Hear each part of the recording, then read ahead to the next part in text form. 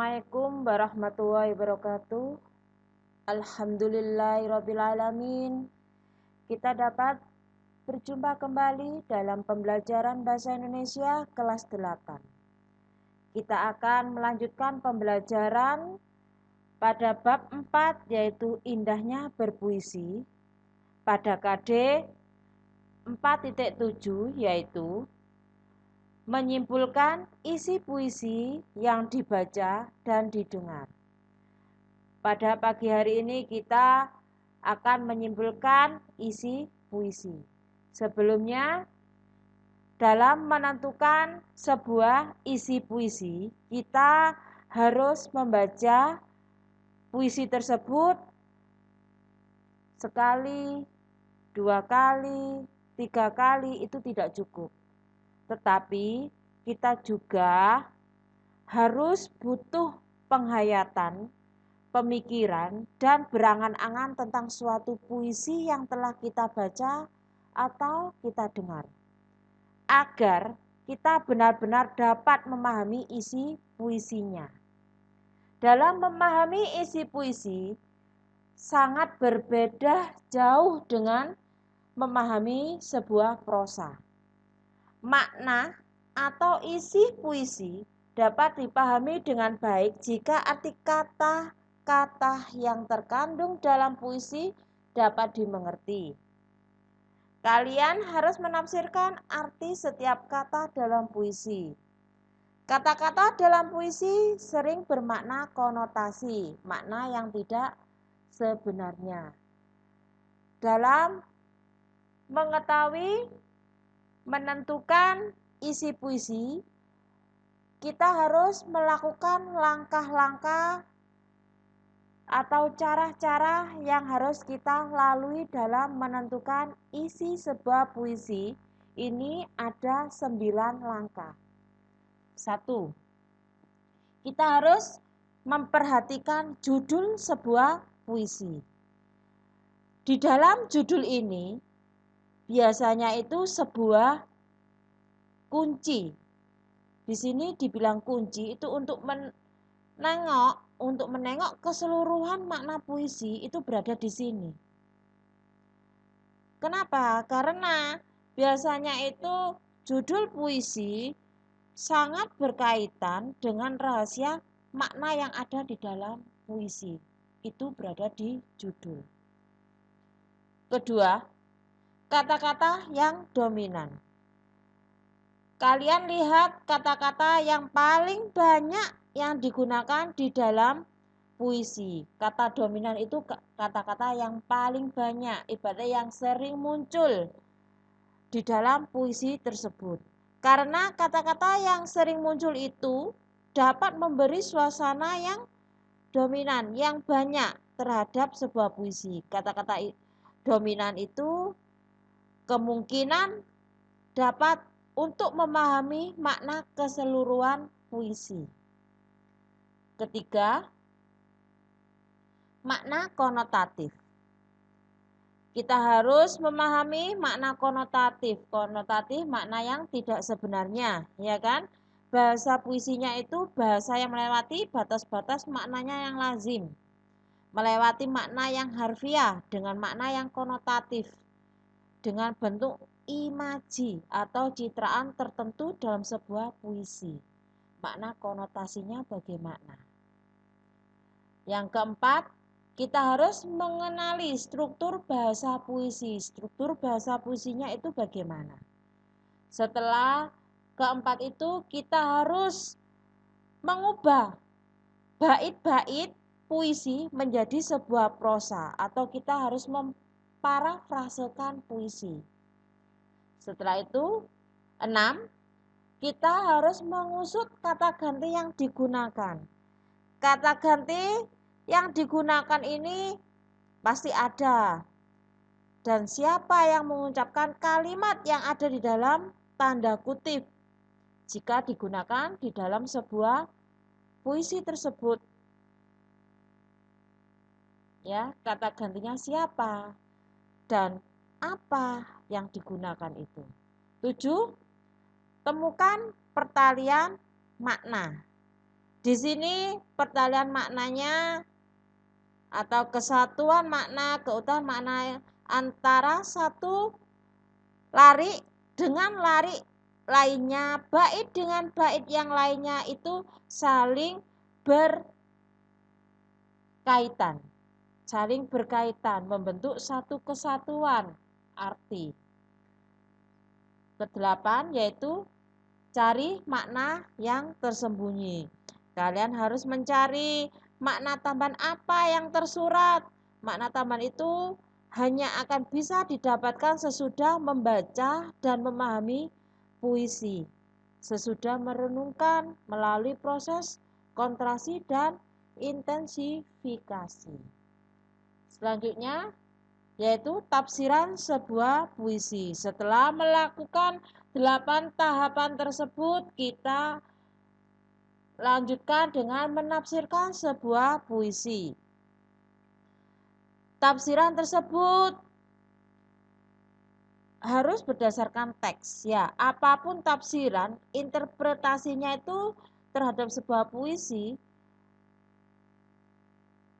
berkaitan ditunjukkan pada makna, kata mana, larik mana, ataupun bait mana yang menjadi sumber tafsiran tersebut. Apakah kalian sudah mengerti langkah-langkah dalam memahami isi puisi? Dari ke-9 ini kalian akan dapat mengetahui isi dari puisi tersebut.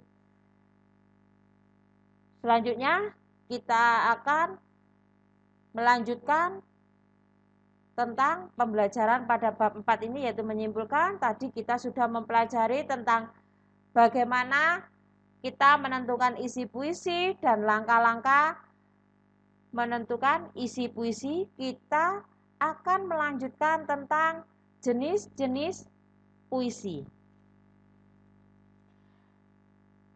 Kalian telah mendalami isi puisi kan?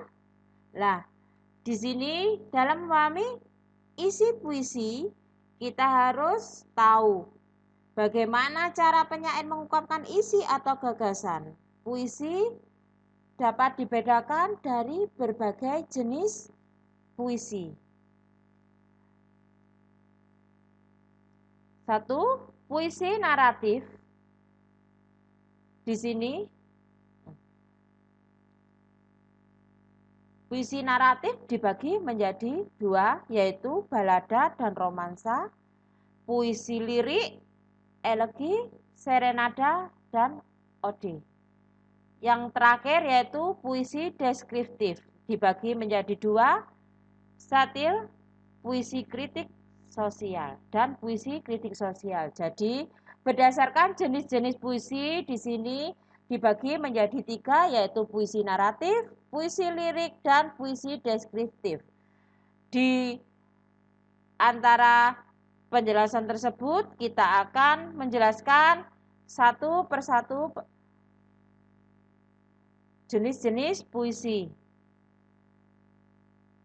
1.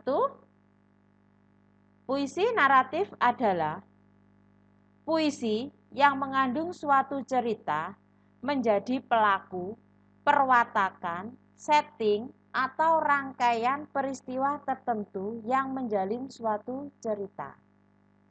2. Puisi lirik adalah puisi yang berisi luapan batin individual penyairnya dengan segala macam endapan pengalaman, sikap, maupun suasana batin yang melingkupinya. Dan yang terakhir, puisi deskriptif, yaitu menggambarkan penyair bertindak sebagai pemberi kesan terhadap keadaan atau peristiwa, benda, atau suasana yang dipandang menarik perhatiannya. Lebih jelasnya lagi, kita akan menjelaskan puisi naratif dibagi menjadi beberapa. Seperti pada bagian tadi kita akan menjelaskan satu persatu puisi naratif. 1 yaitu balada. Balada adalah puisi objektif, menggambarkan perilaku seseorang baik lewat dialog maupun monolog, sehingga mengandung suatu gambaran kisah tertentu. Di sini puisi balada banyak contohnya. Salah satu contoh yang sering digunakan yaitu balada Orang-Orang Tercinta dan Blues untuk Boni karya W.S. Rendra. Ini yang sering digunakan. Ini saya beri salah satu contoh dari karya W.S. Rendra tentang balada Orang-Orang Tercinta. Saya ambil hanya satu bait saja. Kita bergantian menghirup asam, batuk dan lemas terceruk, marah dan terbaret-baret. Cinta membuat kita bertahan dengan secuil redup harapan. Di sini balada menjelaskan suatu gambaran kisah tertentu, menjelaskan sebuah gambaran kisah tertentu dari seseorang. Selanjutnya yaitu 2. Romansa. Romansa adalah jenis puisi cerita yang menggunakan bahasa romantik yang berisi kisah percintaan yang diselingi perkelahian dan pertualangan. Biasanya romansa itu terkenal dengan puisi percintaan yang sering menggunakan puisi percintaan tersebut banyak sekali, tapi di sini saya beri satu contoh saja, tapi berbagai macam contohnya. Itu contoh dari puisi percintaan dari Ramadhan KH yaitu berjudul Priangan Sri Jelita, Taman karya Chairil Anwar, Surat Cinta karya W.S. Rendra. Di sini saya menjelaskan atau memberi contoh dari kata taman. Judul Taman, karya Chairil Anwar. Taman punya kita berdua, tak lebar luas, kecil saja, satu tak kehilangan lain dalamnya. Bagi kau dan aku cukuplah. Taman, kembangnya tak berpuluh warna, padang rumputnya tak berbanding permadani. Setelah mempelajari puisi naratif, kita akan melanjutkan tentang puisi lirik. Puisi lirik dibagi tadi menjadi 3, yaitu elegi ya, salah satunya elegi. Elegi adalah puisi ratapan yang mengungkapkan perasaan, duka atau sedih. Di sini saya memberi contoh dari karya W.S. Rendra yaitu Kesaksian Akhir Abad. Ratap tangis menerpah pintu kalbuku. Bau anyir darah mengganggu tidur malamku. Oh, tikar tafakur. Oh, bau sungai Tohor yang kotor. Bagaimana aku akan bisa membaca keadaan ini? Ini salah satu contoh dari puisi elegi, yaitu puisi lirik yang tentang ratapan. Selanjutnya yaitu tentang puisi serenada. Serenada adalah sajak percintaan yang dapat dinyanyikan. Di sini yang banyak sekali membuat puisi serenada yang terkenal itu yaitu W.S. Rendra. Contohnya banyak, serenada biru, serenada jambu, serenada ungu, serenada kelabu, dan saya ini memberi contoh serenada hijau karya W.S. Rendra. Kupacu kudaku menujumu. Bila bulan menegur salam dan syahdu malam bergantung di dahan-dahan. Selanjutnya yaitu kita akan melanjutkan puisi lirik yang ketiga yaitu ode. Ode adalah puisi yang berisi pujaan terhadap seseorang, suatu hal atau suatu keadaan. Di sini saya memberi contoh dengan judul Ibu Kartini karya Fathan T. Haqq. Ibu Kartini bunga bangsa, harum pewangi sepanjang masa, meski kini engkau tiada, harum muliamu tetap terbawa, tetap abadi hingga masa kini. Di sini banyak sebenarnya puisi lirik ode, yaitu teratai dari karya Sanusi Pane, Diponegoro Khairul Anwar, dan sebagainya. Banyak sekali sebenarnya. Tapi saya hanya memberikan contoh dari puisi Ibu Kartini tadi. Sekarang kita akan melanjutkan jenis puisi yang ketiga, yaitu puisi deskriptif. Puisi deskriptif dibagi menjadi dua tadi ya. Satu, satir. Satir adalah puisi yang mengungkapkan perasaan tidak puas penyair terhadap suatu keadaan dengan cara menyindir. Di sini banyak sekali sebenarnya contoh-contoh dari puisi satir. Tapi saya memberi contoh salah satu puisi dari W.S. Rendra, yaitu Aku Bertanya. Aku bertanya, tetapi pertanyaan-pertanyaanku membentur jidat penyair-penyair salon yang bersajak tentang anggur dan rembulan. Sementara ketidakadilan terjadi di sampingnya. Di sini menjelaskan tentang suatu keadaan dengan cara menyindir sebuah pemerintahan di sini. Yang kedua yaitu puisi kritik sosial. Puisi kritik sosial adalah puisi yang menyatakan ketidaksenangan penyair terhadap keadaan atau diri seseorang dengan cara membeberkan kepincangan atau ketidakberesan keadaan orang tersebut. Contohnya sangat banyak sekali, tapi di sini saya memberi contoh dari puisi perlawanan. Judul perlawanan yaitu puisinya Jika Rakyat Pergi Ketika Penguasa Pidato. Kita harus hati-hati, barangkali mereka putus asa kalau rakyat bersembunyi dan berbisik-bisik.